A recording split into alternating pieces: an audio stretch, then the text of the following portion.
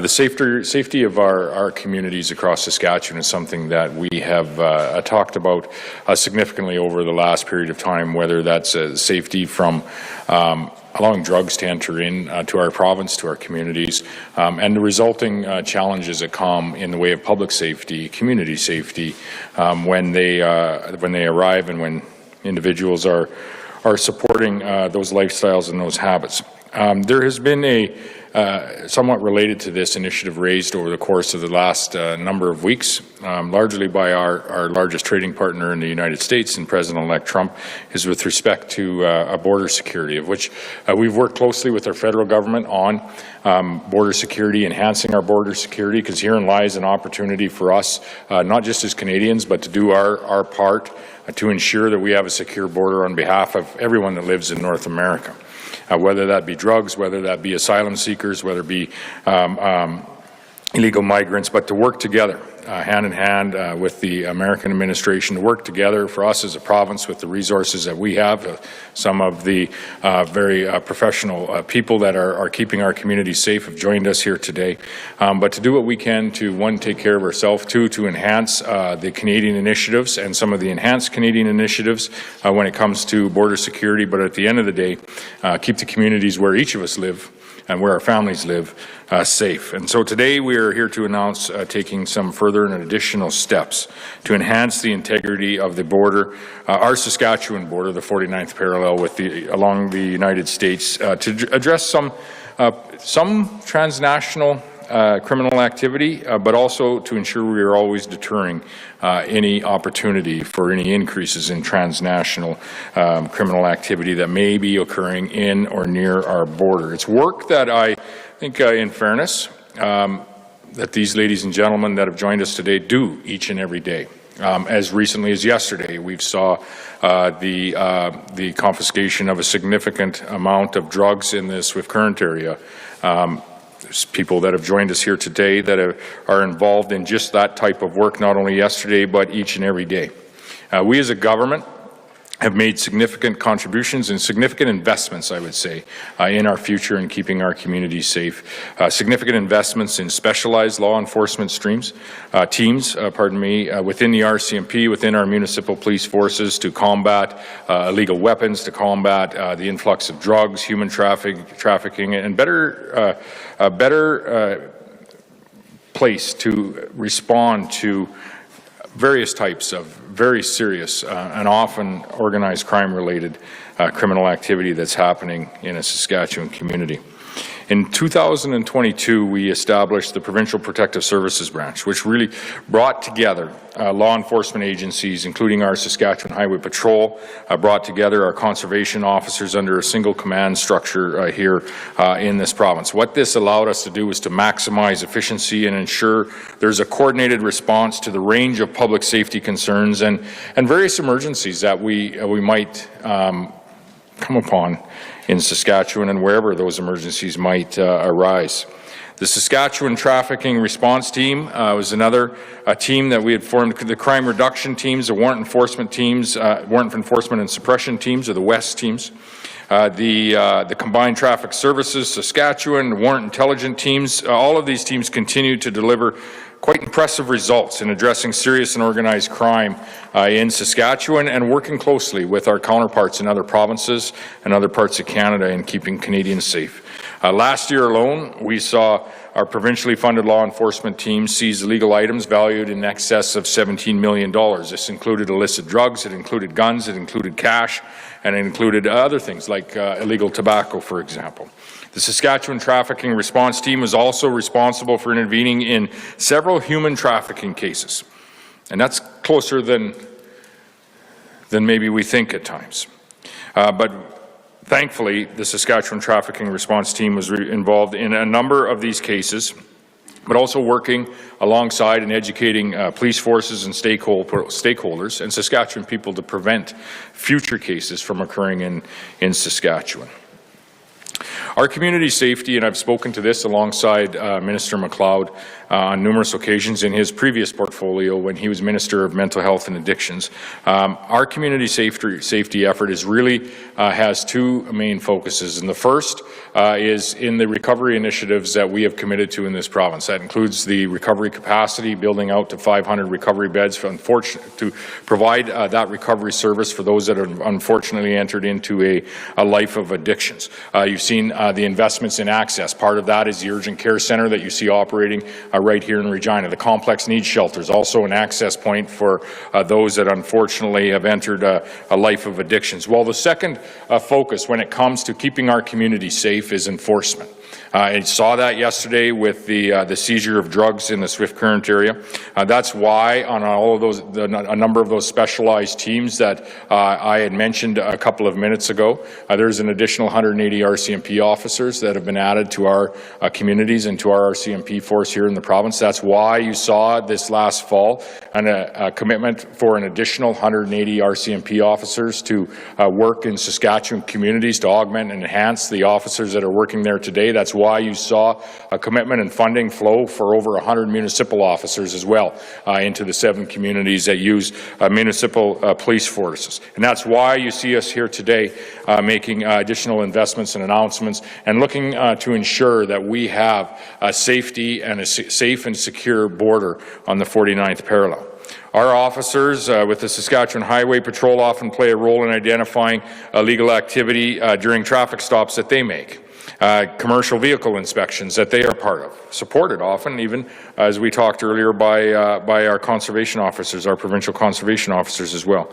But they also work closely with our municipal police services and in particular our CMP officers across the province to apprehend suspects and also help in the seizure of illicit substances that may be there. Since 2017, our Highway Patrol and Conservation officers have supported the RCMP in all Saskatchewan communities as a protection and response team officers by responding to calls for service whenever required. And we were talking earlier about the integration and how, in particular, the K-9 unit is working very closely with our municipal and RCMP K-9 units as well, greatly enhancing the work that our law enforcement officials are doing in Saskatchewan communities. As we had seen in the lead-up to what will be the First Minister's meeting, of which I'll be leaving for shortly after this press conference, we've seen the federal government and the outgoing Prime Minister had made a commitment when it comes to $1.3 billion in additional border security measures.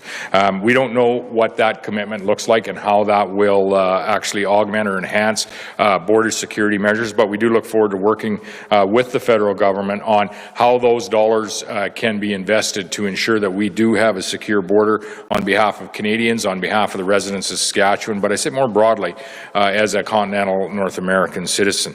The announcement that we're making today and the initiative that we're putting forward here today is that it will enhance that investment. It will enhance the border security initiatives that are already in place today.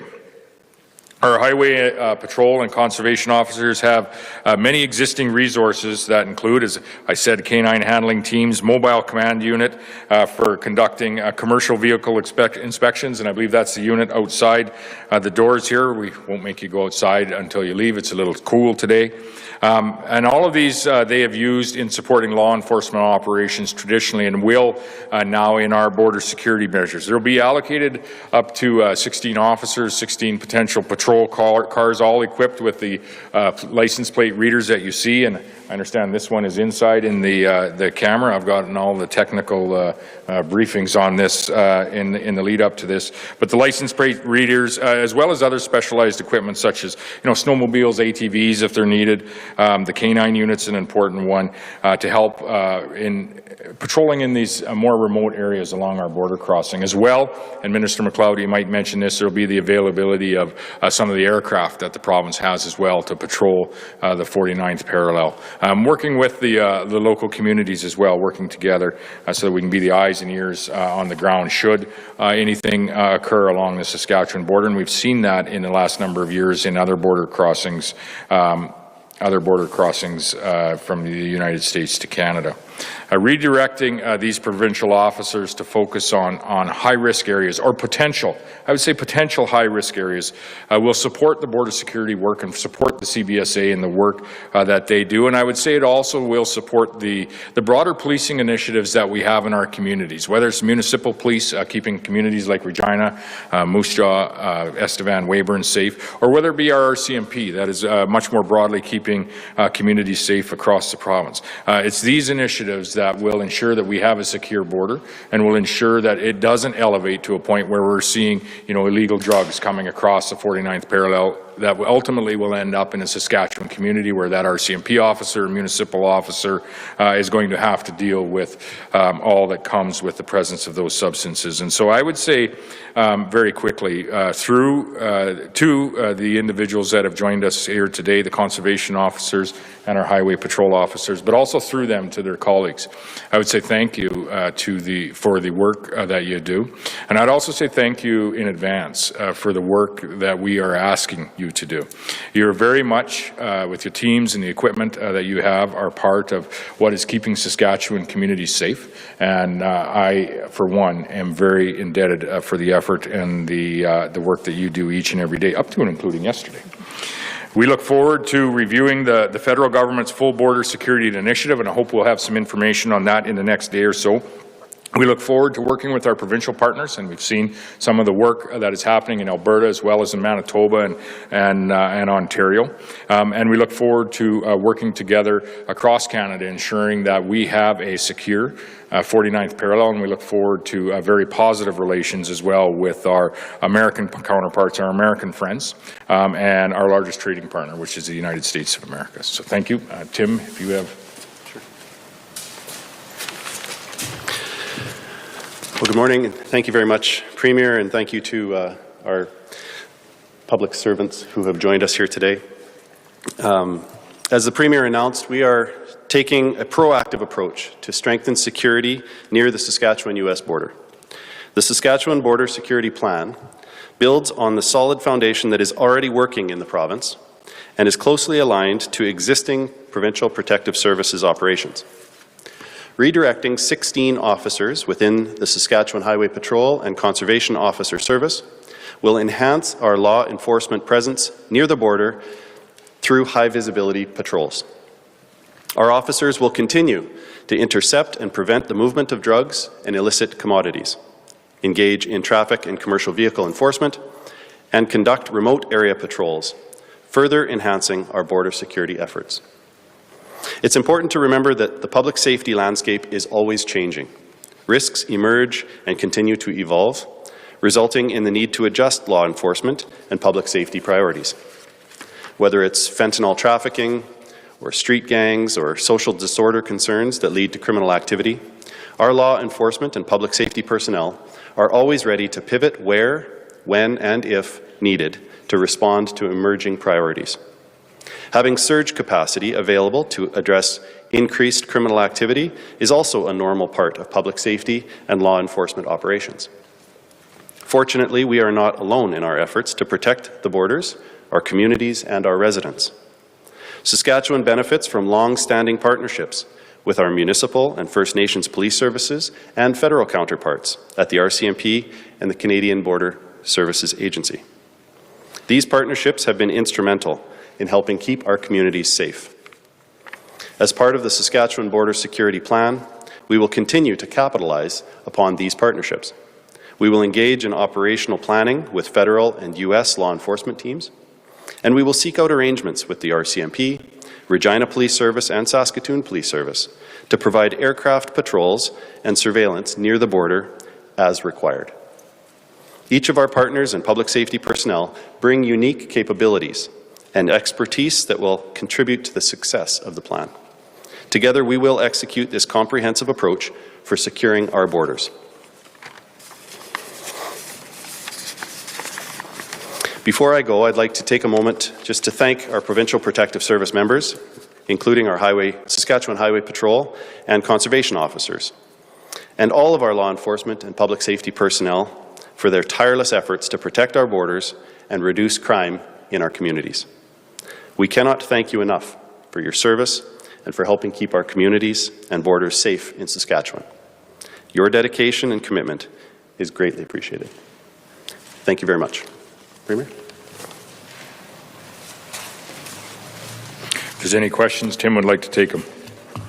I guess just to try and put a bit of fire Yeah. on to what extent is the threat of tariffs informing this announcement? The threat of which, sorry? Tariffs from the incoming American administration. Well, I think you know, the conversation around President-elect Trump imposing tariffs on or after January the 20th, and you know, there's different ways that I suppose they could happen. It's very real. And you know, I've often said, President-elect Trump, what he says and the initiatives that he heads towards, you need to take those very seriously. And I think that the you know, the challenge that we may have facing tariffs, whatever the amount, is very, very real.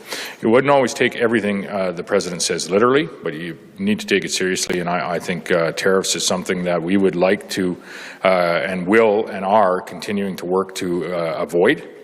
However, if they are implemented, we very much that work will be part of our initiative to have them lifted sooner rather than later.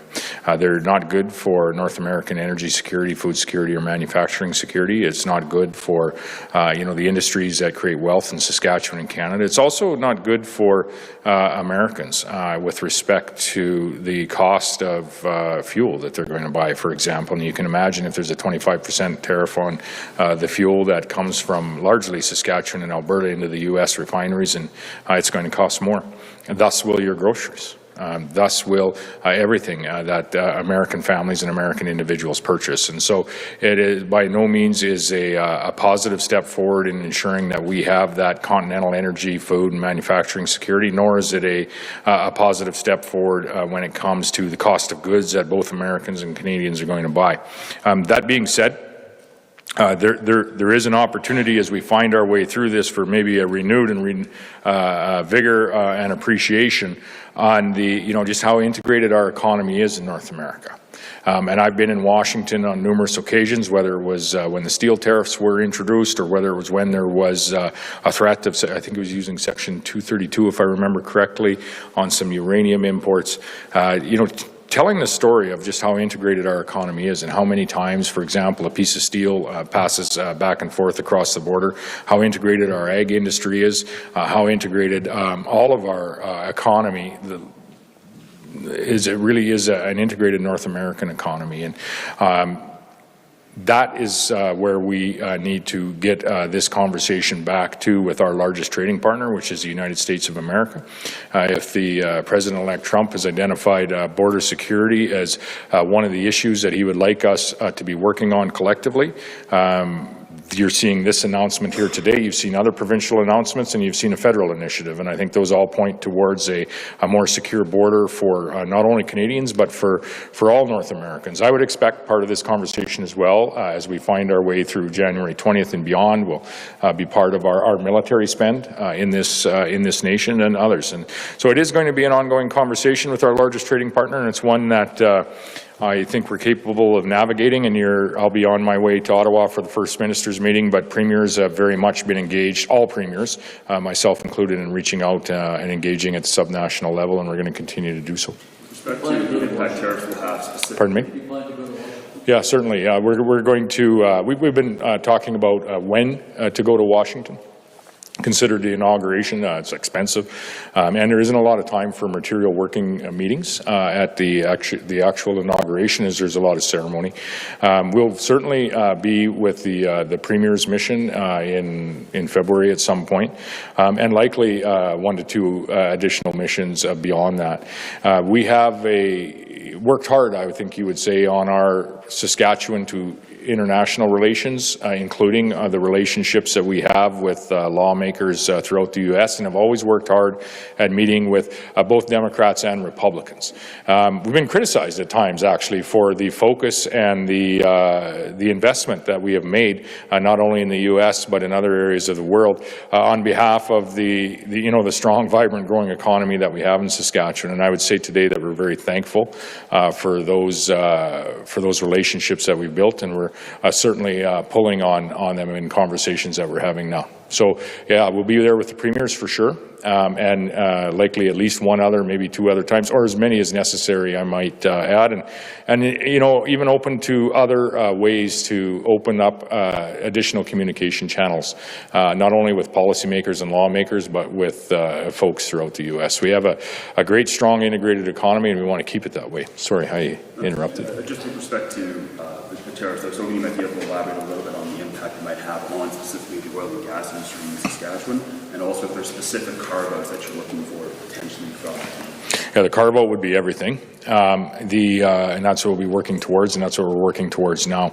The impact in the oil and gas sector, listen, virtually all of our oil and gas finds its way down to the Gulf Coast, where Americans go to work and the refineries add value to it and provide energy security for not just Americans, but North Americans, and then export it to other places in the world as well. And so it's actually a very good example of how integrated the economy is, how we are taking a product from Western Canada and adding value to it in the U.S. and creating that continental benefit for all Americans and Canadians. And I think we need to look at how we can do more of that. And I think, Premier Ford had mentioned, with the oncoming access challenges to, critical minerals, rare earth elements.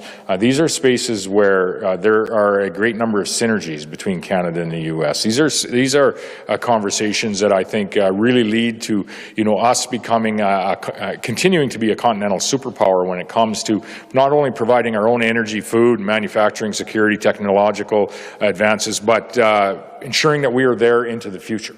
By well placing the conversations around how we are going to utilize the critical minerals, the rare earth elements that Canada has, and we're in this space in Saskatchewan to enhance the continental global energy security, but more broadly security. And there's other nations and around the world that will also be looking at, how secure is Canada? How secure is that 49th parallel?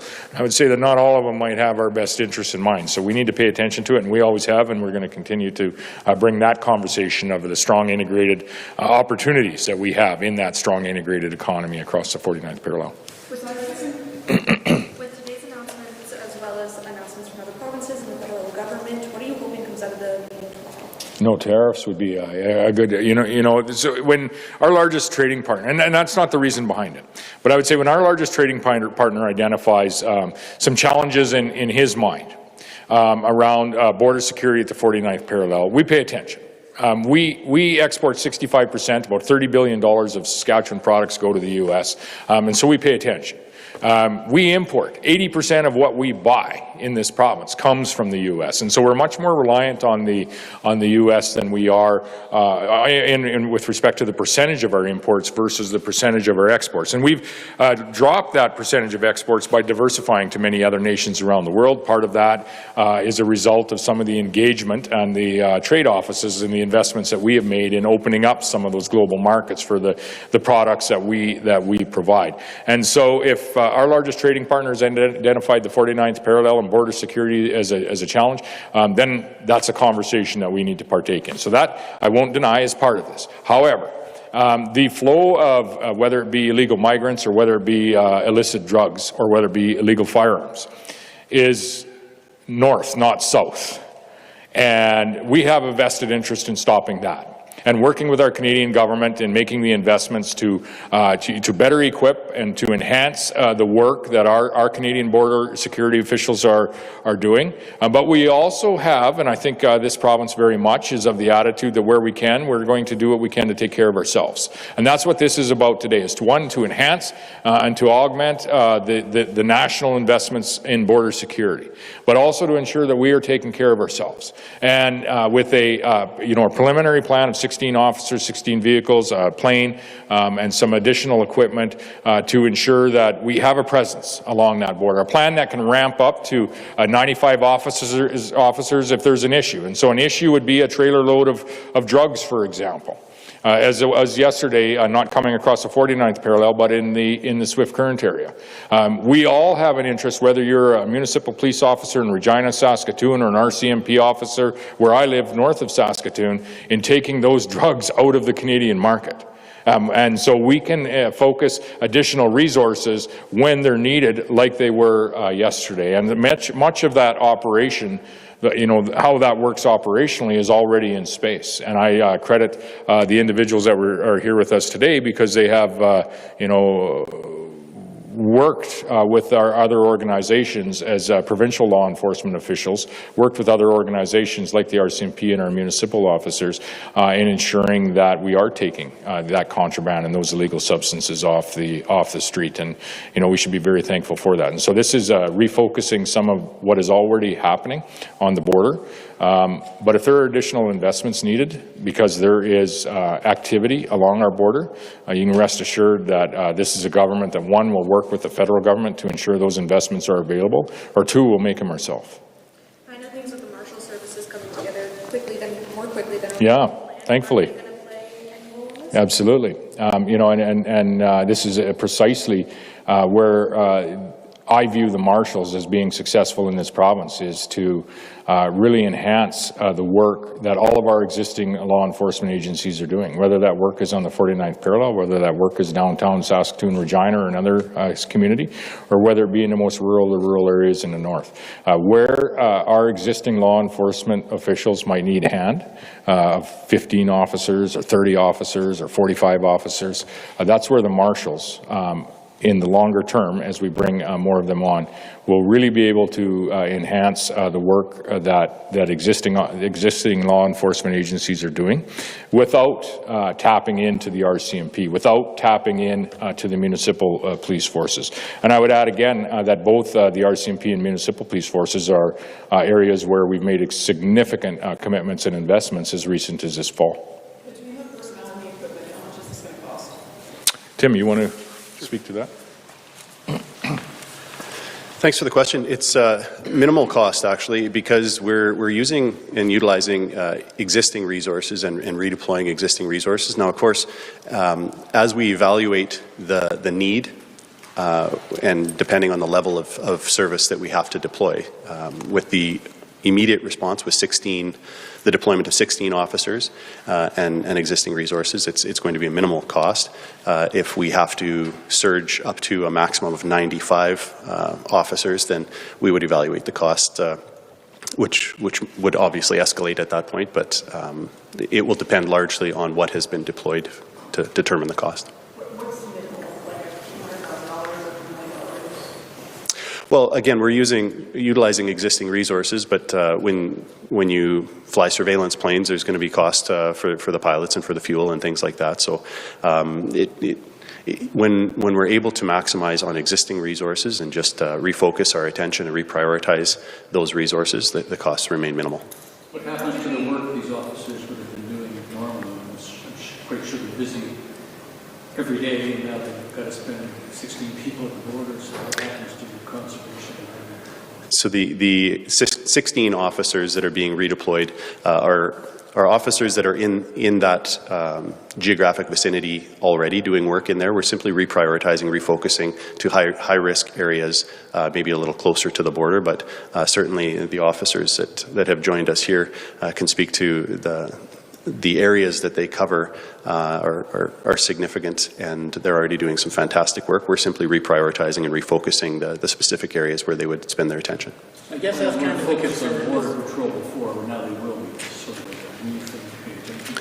That's right. It's important to note that the border itself is a federal jurisdiction, and the CSBA, or CBSA and the RCMP will continue to be responsible for the border itself. What we're doing is we're exercising the resources that we have in the jurisdiction that we're responsible for to make sure that there's no gaps between the areas that we patrol and the areas of responsibility of the federal government.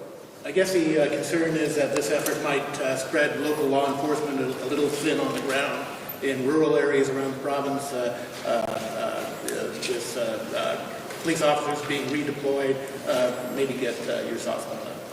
Yeah, and we've specifically crafted the plan so that we're not depleting resources, but rather that we're complementing existing services and refocusing attention in certain priority areas, but not depleting or compromising any existing service. And we've had conversations with SUMA and with SARM and with other local leaders to make sure that we are not in any way detracting or decreasing service in any of our municipal police forces. And we've had very positive conversations and positive reaction from all of those partners.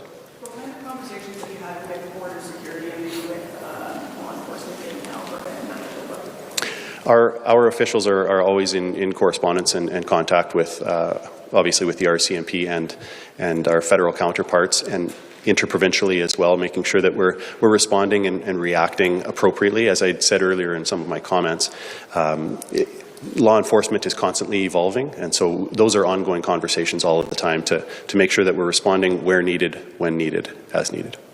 So have you had this conversation specifically about this initiative? Because I imagine it would allow or require more working together with border security.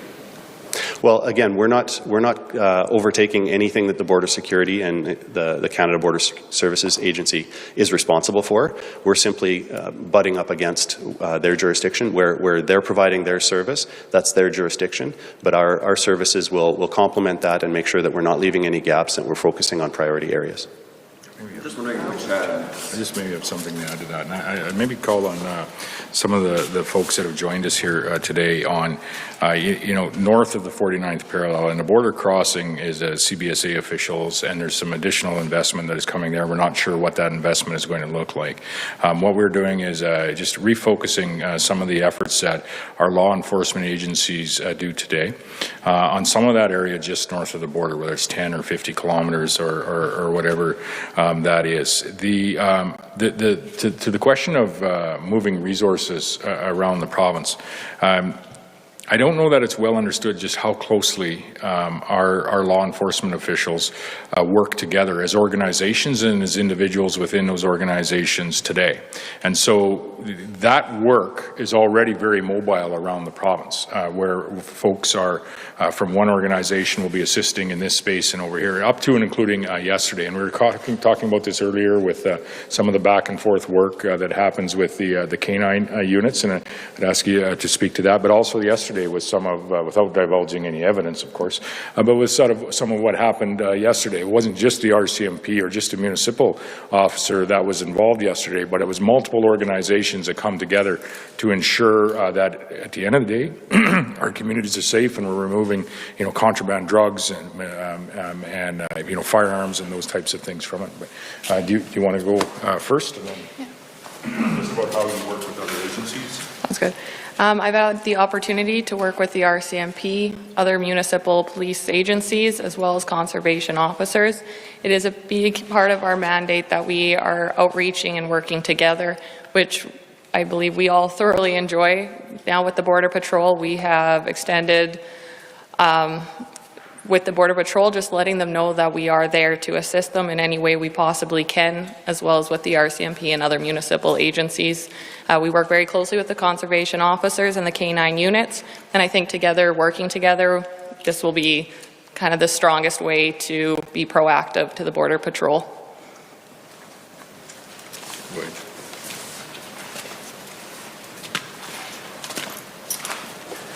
Yeah, like she said, we work with other agencies. Us as a canine unit work with municipal and provincial other canine units. That puts us into a good area together.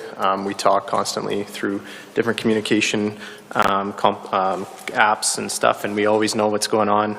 That puts us in different areas, and we all work together in rural communities and get to go into different areas and patrol together. How does it change your job, and how do you think as you go about your day? Maybe you always look for people that might be crossing the border, but now might be a little more top of mind. Is that fair to say? Yeah, I would say that's fair to say. They touched on the things that are being looked at and what they want us to do, and we're constantly patrolling and doing those things already. So it puts us in those locations to look for those things. Jeremy, you had a question? Yeah, Sorry. for your minister, but in a situation where you need to deploy 95 officers, what kind of situation does that look like? Tim might speak a little more specifically to what that officer, and again, that's relevant to this conversation of agencies working together, RCMP, municipal officers, as well as our provincial teams that we have. But if we have a Roxham Road situation, which you saw in Quebec, where they had, a significant illegal migrants crossing at a border crossing. That would be something that would require additional investment, but in the short term, we would be relying on some of the additional investment that we have made in the space of the RCMP and municipal officers to help with our provincial and rural, because the border crossings largely are rural, challenges that we have. So I throw that out as one example. We saw, for those that think that can happen in Saskatchewan, very much we saw a family perish in Manitoba that was crossing the border in weather like what we're seeing here today. And so, depending on some of the policy initiatives that might happen south of the 49th parallel, we feel we need to be prepared, work with our federal government to and support and advise and help them with the investment that they're making, but also make our own investments and prepare on our own side of the border. Other issues that I think would call for a broader response beyond the 16 officer focus would be a significant or repeat drugs or human trafficking, hopefully never, but drug trafficking that might be coming across at or getting through or in between border crossings. And so, those are just some examples that we want to ensure that we are prepared. We have the structures in place, how all of our teams, our various law enforcement teams do already work together and call on one another. And this will just have a little larger focus on in that area down around the 49th parallel as we enter into some uncertain times, I think, in fairness. But Tim, you might want to speak a little bit precisely to what that officer complement might look like. So I think it's... And it would be temporary. I think would be, and if it had to be more than temporary, we would have to look at additional investments. Yeah, I think it's important to highlight that the deployment of our resources is intelligence-based and based on evidence and need. And so our phased approach is really dependent on what feedback and what evaluation is happening based on the deployment of the resources that we've started with. So we'll start with the 16. We'll start with the 16 initially with, again, aerial surveillance, drones, ATVs, snowmobiles, things of that nature, and continue to monitor and evaluate what are we seeing for activity. And if the need dictates an additional resources, then we would call upon other additional resources. As the Premier spoke to earlier, with the Sask Marshals coming online, there will be a border integrity unit as part of the Saskatchewan Marshals. We could call upon that unit. The trafficking response teams, we could redeploy. Those units are already deployed based on intel that they're receiving across the nation, making sure that we're tracking people who would be trafficking border to border. So again, monitoring and evaluating, and then the deployment of those resources up to 95 of the existing resources. When it comes to tariffs, the incoming U.S. president seems to have shifted from border security to what he calls he sees as a trade deficit in the U.S. and Canada. There is no trade deficit. The additional trade deficits is being referenced essentially as not only, but largely energy products. But I think you could use this for many of the commodities that come in, particular from Western Canada, but from across Canada going to the U.S. All too often, those commodities are sent down in a semi-refined or a fairly raw form, and Americans go to work and add value to that product. That product then is providing energy security for other Americans and North Americans and other people around the world. It certainly is the case in energy, certainly is the case in uranium, which we send to the U.S. Potash is sent down and used in their agricultural practices, much like it is here, providing food security for not only the U.S. and North America, but many other countries around the world throughout the Corn Belt. And so there is... those are a few examples of how integrated our economy is and how we create value on both sides of the border, and there's many, many, many. And so the tariff discussion, for whatever reason, is here. and we are going to do our level best to manage our way through that. But at the end of the day, if we're truly committed as Americans and as Canadians to not unnecessarily paying higher prices for the products that we have and hurting one another's economic interests because they are tied through just how integrated we are, we'll get back to doing what we do best, and that is providing our continent with just that very fulsome energy and food security that we have always been a part of that supply chain. And I would say by event you provide general security to the communities in the continent as well. So it'll move on and it'll evolve. This will be an ongoing conversation. And we hope to find our way through the tariff conversation sooner rather than later, in particular on the products that impact the economy in Saskatchewan, but as a Canadian more broadly, I think all of the products that impact each of us as Canadians. But we will have an ongoing conversation. Our 2% investment in the military is going to be part of that conversation moving forward, would be my best guess. And I would just say that we're in a little bit of an unfortunate or vulnerable position here in Canada, just with some of what we see happening in Ottawa. And, so my ask has repeatedly been for all MPs, regardless of the party they're with, is to make the call for an election sooner rather than later. We do need someone with a mandate, and I would suggest that quite likely if we're going to have success in removing any of the tariffs, it isn't going to be in the very vulnerable negotiating position that we have from a political perspective today, but it's going to be coming from someone that has a 4-year mandate similar to what President-elect Trump has. Mr. Premier, this is the first time we've seen you publicly since Trudeau announced his intentions to resign. My managers want me to ask what you've been up to. Blame it on the managers, eh?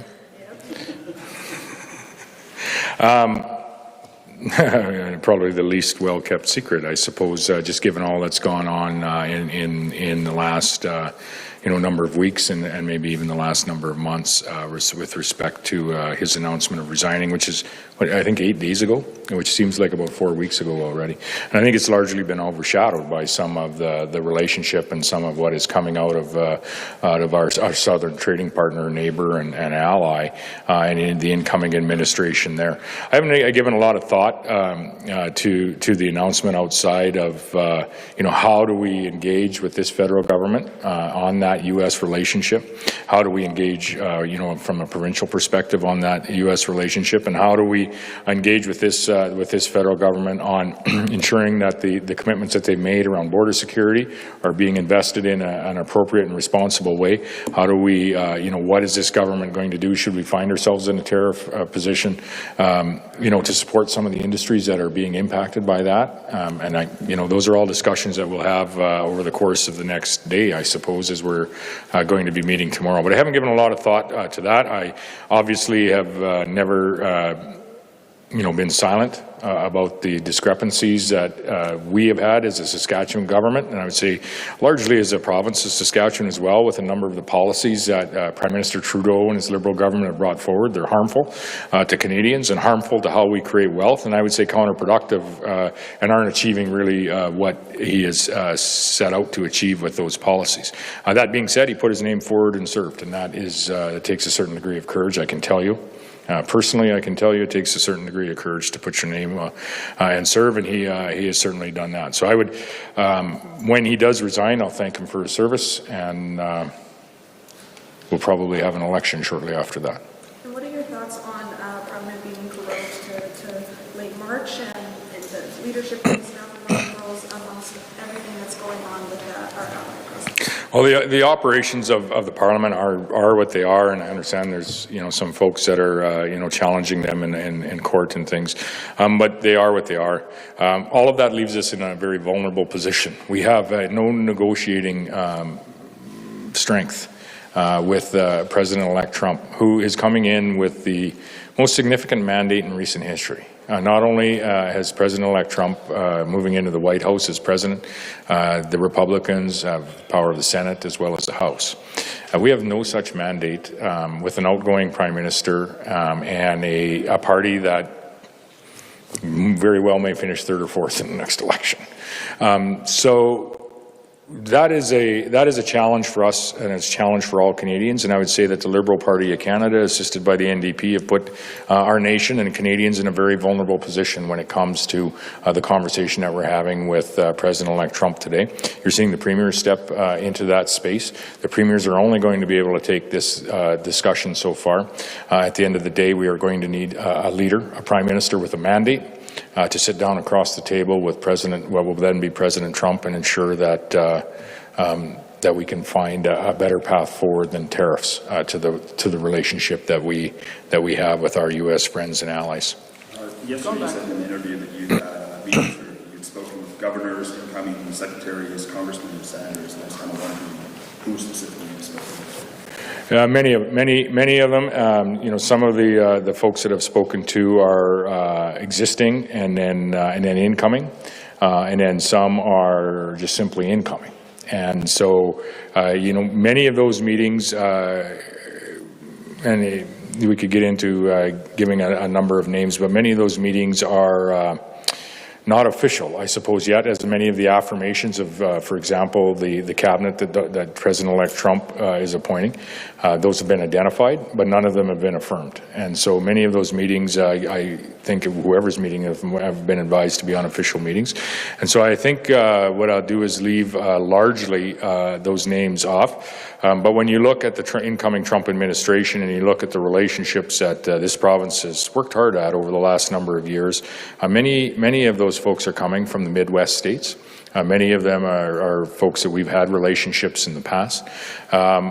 And then obviously working with the governors, the existing governors of those very Midwest states now. The governors will bring a strong voice in this administration. There's the federal Senate, the federal House, but the 50 governors across the U.S. will bring a very strong voice in the conversations that we need to have to get back to a strong, growing, integrated economy that's creating that energy security and that food security. So I'll maybe stay away from names at this point, but as we get into January 20th and beyond that, I can share more. And I guess I've got one that's a little bit off topic, just with respect to the allocating of firefighter resources to California. I was hoping to get some kind of a comment. Tim, Minister McLeod might have more to add. We're part of a number of compacts, and I can remember back to my time as a Minister of Environment, I think it was maybe 3 compacts, if I'm not mistaken, at that point in time. However, the work that we're doing right now with relation to California is working with our federal government. And in allocating resources, requests will come from California, and we'll allocate resources. Some of our resources fit the work that we're doing down there, and some maybe isn't as strong a fit. But my understanding is recently as today or yesterday, there's a team, some supplies, and 1 aircraft that will be made available. But Tim, you might have more to add. Yeah, I think the Premier largely answered the question. We were contacted by CIFC, the national organization that puts out requests for things like this. And so through the Saskatchewan, the SPSA, we have reached out and offered 1 plane, 3,000 feet of hose, and 10 personnel, firefighting personnel.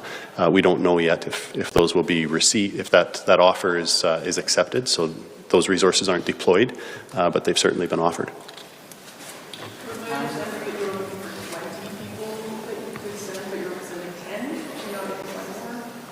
Well, at this point in time, we don't know if they'll need any. Certainly, if the need is there, we want to make sure that we're being a good neighbor and offering the services that they require that align with what we can provide. But at this point in time, we've made an offer, and we'll see, evaluate based on their need, whether that's accepted, and if they need more, we can certainly look at that. Going back to the Marshal Service for the Premier, how large is the Marshal Service going to grow over time? Is there an upper limit of officers you're looking at? Well, I think the target to date has been about 70 officers, and I just always, we'll see what the future brings, but I would say that there is no intent to grow it to replace any other law enforcement service that we have in the province. At least certainly not at this point in time. We're well served by the RCMP in many rural areas in Saskatchewan. I think the largest community the RCMP would serve would be North Battleford. But then they are very much a part of all the major crimes, liaisoning with other provinces. And So the RCMP's service in this province, and each individual RCMP member is invaluable, and the marshals are there to support them. Same goes for our municipal officers in the 7 communities that have municipal police forces, and I would say that they liaison well with the RCMP, and will certainly have a terms of reference to liaison with the marshals, where just like we're talking today in the question around, you know, what would an incident at the border, what would that look like that would require additional services. When you have the RCMP doing the work that they're doing, when you have the municipal police officers doing the work that they're doing, and you have the marshal service that would be able to come in and support that incident or any other incident in the province. That's what the focus and goal of the Saskatchewan Marshal Service is and will be, and it'll support the folks that we have here today, whether it be with our highway patrol or our conservation officers. And so the goal is 70 now. Be a provincial police force, but a provincial police force that is there to not replace, but to enhance and support the work of all of the other law enforcement agencies and individuals across this province, and we feel that is important. A testament to that is the fact that just this fall, we had added provincial funding, purely provincial funding, to add over 100 municipal officers into those 7 communities. Not municipal funding, not following the existing funding structure that is funding all of the other municipal officers, but it's provincial funding, adding those officers into Saskatoon and Regina and the other 5 communities. And the same, since 2011, 185 officers have been added into the, the West group and the crime reduction teams and all of the specialized teams that we have. And again, this fall, an additional 185 officers committed to the RCMP to ensure that we have adequate resources in the communities across the province. And Marshals is here to service and support all of those entities, but we're adding and investing in those very entities as well. Let's do the last one, and then we can open up the floor. Like irrigation and crop production show in Saskatoon today. We're discussing the project. Farmers are quite interested. Can you just give us a little update on this? On the Diefenbaker project? Sure, yeah. Phase 1, we're looking at, and I can't remember the exact acres that is coming at 90,000, and 90,000 acres that will be coming through Phase 1, which is part of the initiative of what Diefenbaker Lake and the entire project was envisioned to be in excess of 50 years ago when it was originally built. Part of it is for agricultural irrigation to enhance the value of the crops that we're growing here in the province. Not just to grow more wheat and more canola, but to enhance the value. Get into vegetables, get into those much higher value crops and increase the opportunities that Saskatchewan people have in the processing world and everything else. Second is municipal water security. Always Diefenbaker Lake was envisioned to build canals out to provide municipal water security to communities like Saskatoon, Moose Jaw, Regina. And I said third and somewhat associated with that is the industrial investments that are being made at Belle Plaine, for example. The industrial investments that are being made in the Saskatoon area, they require water security as well. A potash mine requires water security, and so for us to provide those water channels, those main water channels, yes, in part for irrigation, but 2, for municipal water security, so water security for you and me that live in a city, and 3rd, for industrial water security so that we can continue to, attract the investment into the canola crush industry, into the potash mining industry, into whatever food processing industry or otherwise the steel industry uses water as well. To provide security of water supply for what we do here in the province is very much the global effort and the global initiative around utilizing that Lake Diefenbaker water and our provincial allocation of it in the best interests of Saskatchewan people. So yes, agriculture, yes, irrigation, but it's much larger than that.